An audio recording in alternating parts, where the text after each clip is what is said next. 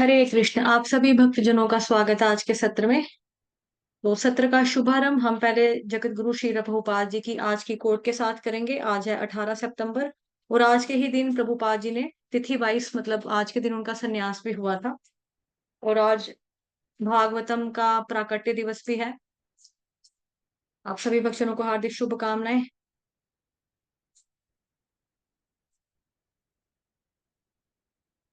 जी, पढ़िए। हरे कृष्ण।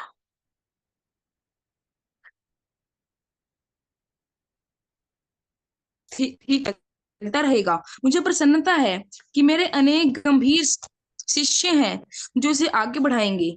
यह मेरी प्रसन्नता है। जगत गुरु श्रील प्रभुपाद की जय।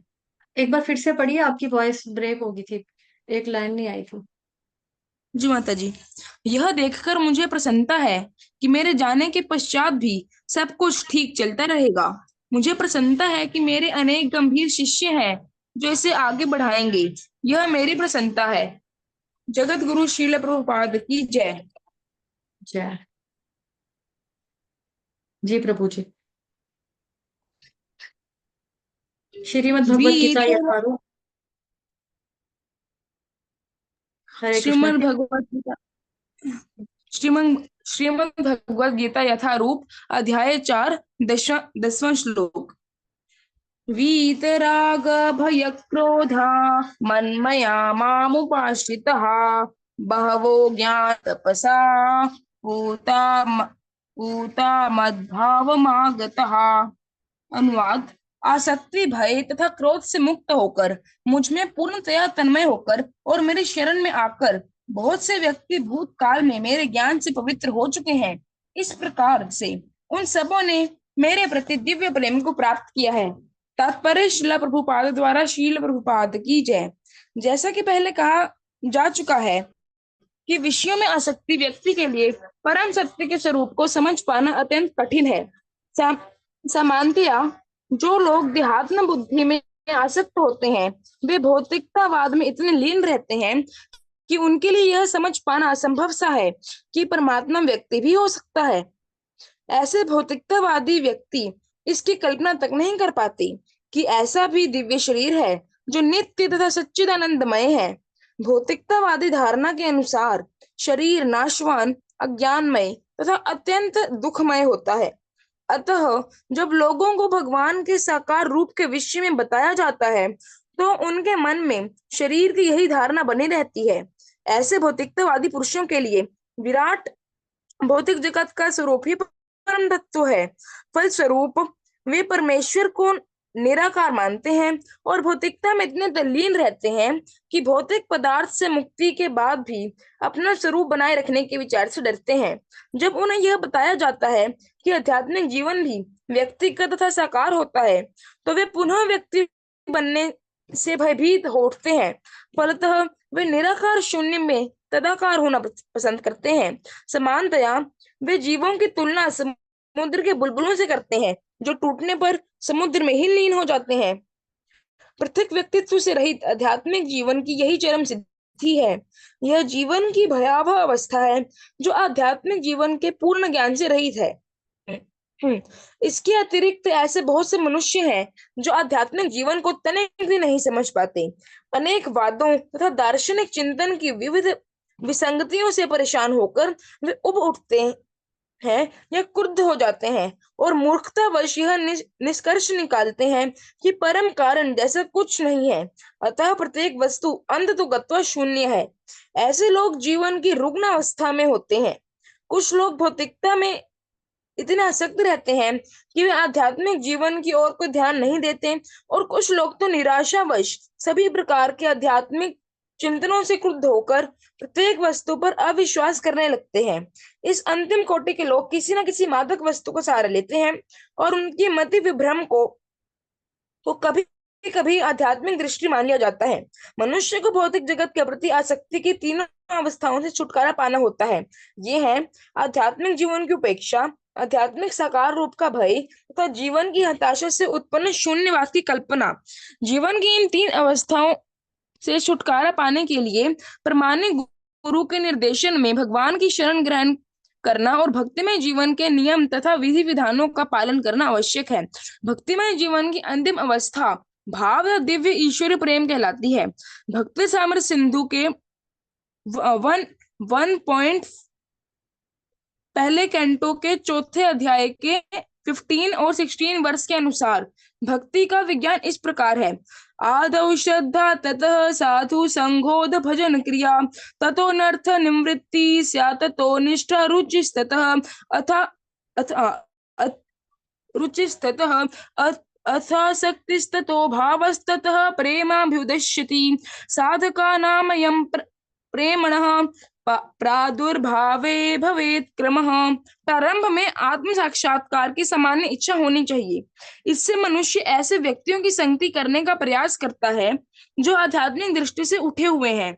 अगली अवस्था में गुरु से दीक्षित होकर नव दीक्षित भक्त उनके आदेशानुसार भक्ति योग प्रारंभ करता है। इस प्रकार सदगुरु के निर्देशन में भक्ति करते हुए वह समस्त भौतिक आसक्ति से मुक्त हो जाता है। उसके आत्म साक्षात्कार में स्थिरता आती है और वह श्री भगवान कृष्ण के विषय में श्रवण करने के लिए रुचि विकसित करता है।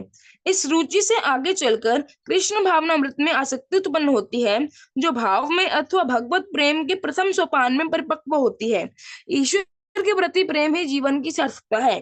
प्रेम अवस्था में भक्त भगवान की दिव्य प्रेम भक्ति में निरंतर लीन रहता है। अतः भक्ति की मंद विधि से प्रमाणिक गुरु के निर्देश में सर्वोच्च अवस्था प्राप्त की जा सकती है और समस्त भौतिक आसक्ति, व्यक्तिगत आध्यात्मिक स्वरूप के भय तथा शून्यवाद से उत्पन्न हताशा से मुक्त हुआ जा सकता है। तभी मनुष्य को अंत में भगवान के धाम की प्राप्ति हो सकती है। श्रील प्रभुपाद की। हरे कृष्ण प्रभु जी, धन्यवाद आपका, बहुत ही खूबसूरती से आपने पढ़ा।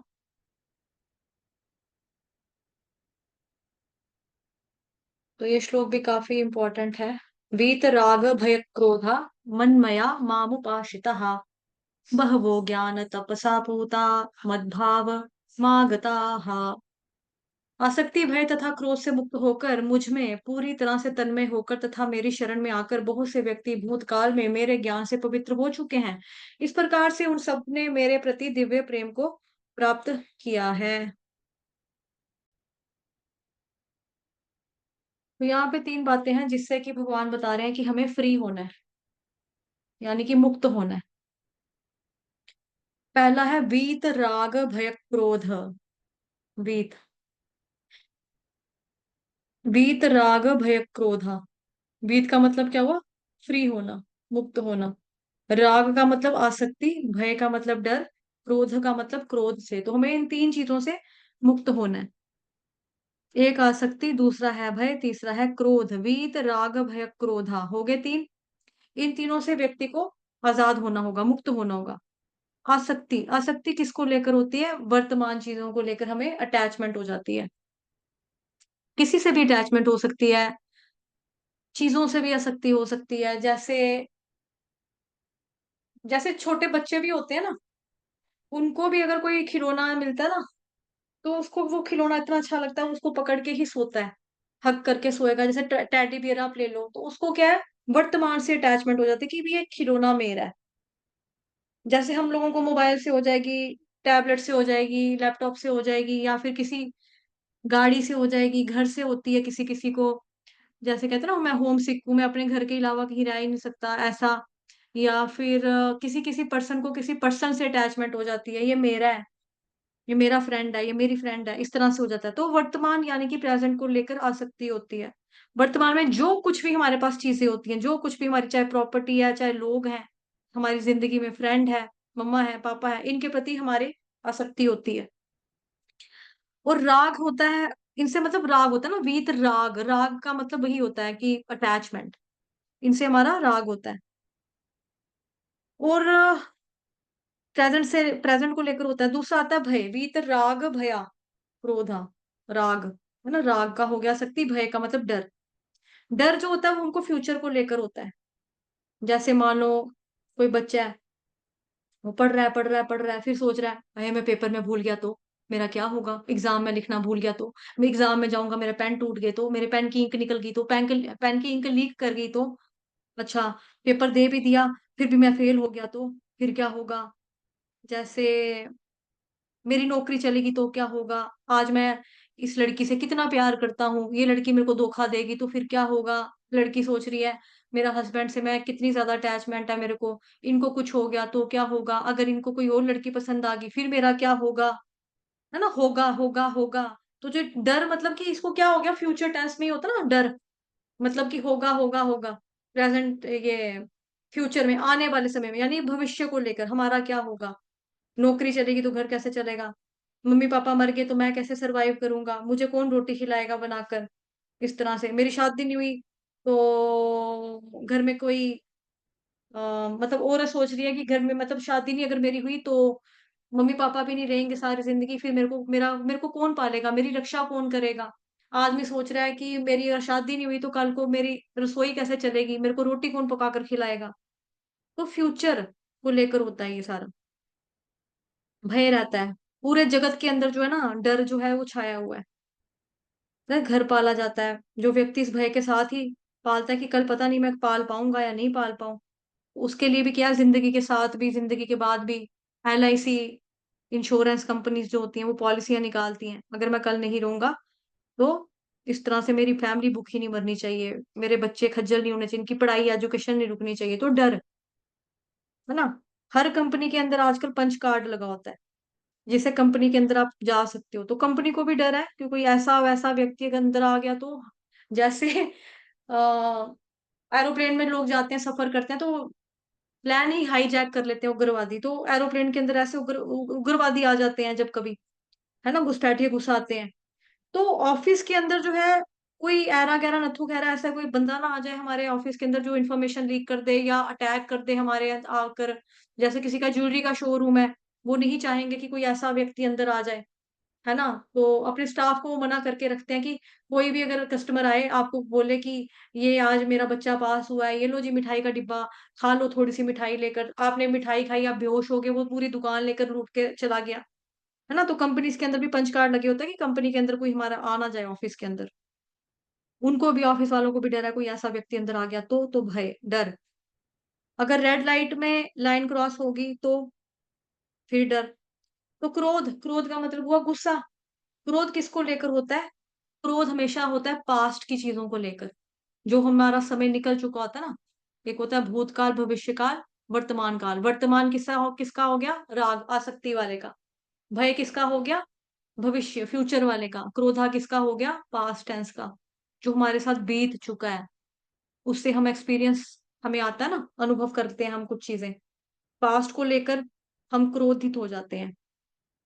मेरे साथ ऐसा हुआ, ऐसे कैसे बोल दिया उसने, ये कैसे बात होती है? पिछली बार भी मैं उसके साथ भरोसा करके पिकनिक पे चला गया था, वो दूसरे फ्रेंड के साथ लगा रहा, मेरी तरफ देखा तक नहीं उसने, बिल्कुल नहीं पूछा मेरे को। मैं और मेरे साथ गया था वैष्णो देवी में, मेरा पर्स चोरी हो गया, मेरे पास पैसे नहीं थे किराया किराया खर्चने के लिए, इन्होंने मुझे पूछा नहीं, इन लोगों ने लुड़की मार ली, वहां से जैसे तैसे करके मैं घर पहुंच जाऊं, मेरे को पता है। तो क्रोध पास्ट को लेकर आता है, जो पुराने हमारे साथ एक्सपीरियंसेस हुए हैं। ठीक है, तो यही है, हमें आसक्ति से, डर से, क्रोध से, जो प्रेजेंट है, पास्ट है, फ्यूचर है, जो ये चीजें हैं, तो हमें इनसे बाहर निकलना है, हमें इनका त्याग करना है। तो जो प्रेजेंट है, यानी कि जो आसक्ति है ना, आसक्ति जो है, हमारा जो भविष्य बंधा हुआ वो हो गया। मतलब देखो,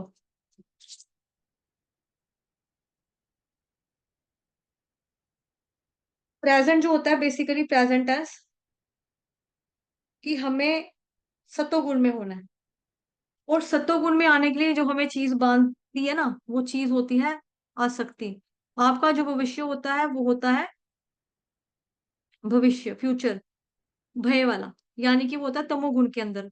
और जो पास्ट होता है, यानी कि जो अतीत होता है, भूतकाल जो है, पास्ट, वो होता है तमोगुण के अंदर। तो इसीलिए अगर हमें प्रेजेंट आसक्ति रजोगुण हो गया, ठीक है, फ्यूचर हो गया भय तमोगुण हो गया, पास्ट हो गया क्रोध यानी कि तमोगुण वो भी। तो इसीलिए अगर हमें वर्तमान में रहना है उसके लिए बहुत ज्यादा जरूरी है, तीनों लोअर मोड्स हैं। अगर हमें, मतलब कि रजोगुण तमोगुण सत्वगुण, ये रजो तमो से ऊपर उठना है ना, तो फिर हमें सत्वगुण में आना है। तो ये तीनों के तीनों बेसिक क्या है, ये लोअर मोड्स हैं, mode of passion, mode of ignorance, रजोगुण और तमोगुण, इन दोनों से हमें बचना है, तभी करके हम तीसरे पे पहुंचेंगे ना। इनसे बचना बहुत ज्यादा जरूरी है। तो आसक्ति किस में होती है? मोड ऑफ पैशन में होती है। भय किस में होता है? मोड ऑफ इग्नोरेंस, तमोगुण में होता है। और जो भय क्रोध दोनों, ये दोनों तमोगुण में होते हैं। आसक्ति जो है रजोगुण में होती है। इसीलिए जब तक लोअर मोड्स में इंसान रहता है, ऐसा व्यक्ति भगवान जी के साथ तन्मय नहीं हो पाता, उसमें उसकी अटैचमेंट नहीं हो पाएगी, भगवान जी से प्रेमा भाई मतलब भक्ति नहीं कर पाएगा, नाम जप नहीं कर पाएगा। इनसे मुक्त कैसे हो पाएंगे? भगवान कह रहे हैं मुझ में पूर्णतया, यानी कि पूरी तरह से तन्मय होकर। ये देखो, है ना, मुझ में पूर्णतः तन्मय होकर मेरी शरण में आकर बहुत से व्यक्ति भूतकाल में मेरे ज्ञान से पवित्र हो चुके हैं। इस प्रकार से उन सबों ने मेरे प्रति दिव्य प्रेम को प्राप्त किया है। ठीक है। और प्रकृति के तीन गुण कौन कौन से निकलते हैं? आसक्ति, भय, क्रोध।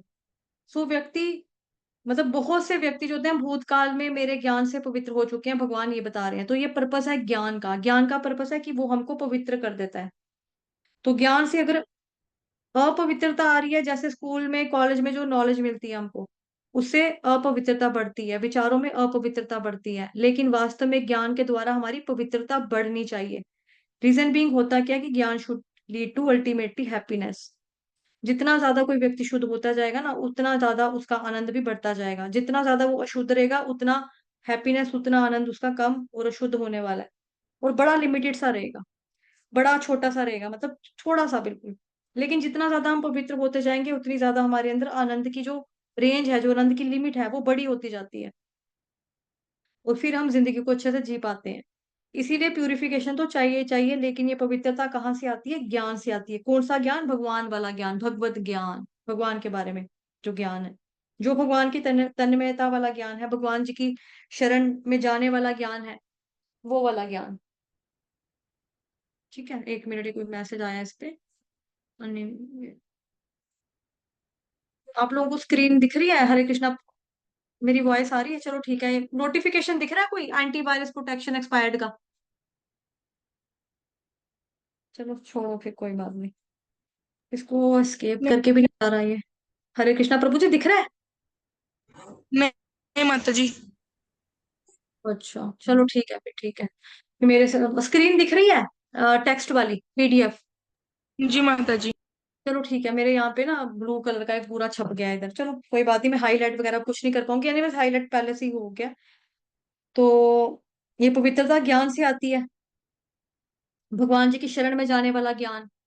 ये वाला ज्ञान जब आता है, तब व्यक्ति जो होता है इससे पवित्र हो पाता है। तो इस प्रकार से इन सबों ने मेरे प्रति दिव्य प्रेम को प्राप्त किया, ये भगवान कह रहे हैं। तो ज्ञान से इनको पवित्रता मिली, और पवित्रता से इनको क्या मिला? फिर इन सब ने मेरे, यानी कि भगवान कह रहे हैं मेरे प्रति, भगवान के प्रति दिव्य प्रेम को ये प्राप्त कर सके। तो ज्ञान का मतलब ही यही है। हमें कैसा भी ज्ञान प्राप्त करें, उसके बाद क्या भगवान से मेरी प्रीति जो है वो बढ़ रही है या नहीं बढ़ रही है, ये मुझे अपने आप से प्रश्न पूछना चाहिए। भगवत गीता भागवतम की क्लासेस में आ रहे हैं, श्रवण कर रहे हैं, फिर उसके बाद चैंटिंग कर रहे हैं। चैंटिंग अच्छे से हो रही है, भगवान जी के नाम, प्रभु के रूप में जो नाम प्रभु है उनके प्रति हमारी आसक्ति बढ़ रही है। 4 माला करते हैं तो 4 से हमारा 6 माला करने का मन कर रहा है, 16 करते हैं 16 से 20 करने का मन कर रहा है। इस तरह से अपने आप से हमें पूछना चाहिए। तो ज्ञान का मतलब हुआ कि ज्ञान शुड लीड टू भक्ति और प्यूरिफिकेशन। जब हमारा होता है तो ज्ञान प्राप्त करके ही होता है, भक्ति और प्यूरिफिकेशन जो भी होता है ना।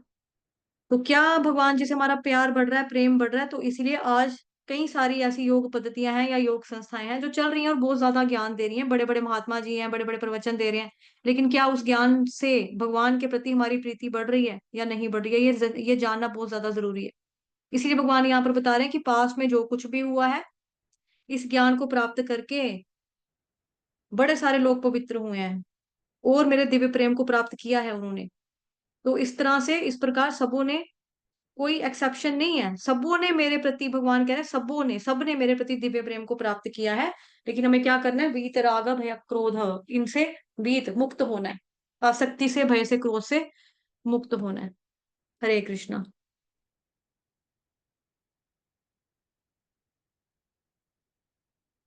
वाञ्छाकल्पतरुभ्यश्च कृपा सिन्धुभयेव च पतितनां पावनेभ्यो वैष्णवेभ्यो नमो नमः। अनंत कोटि वैष्णव की जय, जगत गुरु श्री प्रभुपाद की जय, श्री कृष्ण चंद्र भगवान की जय, ग्रंथराज श्रीमद् भागवतम महापुराण की जय, श्रीमद् भगवद गीता यथारूप की जय, आप सभी भक्तों की जय, आज के आनंद की जय। धन्यवाद। हरे कृष्ण।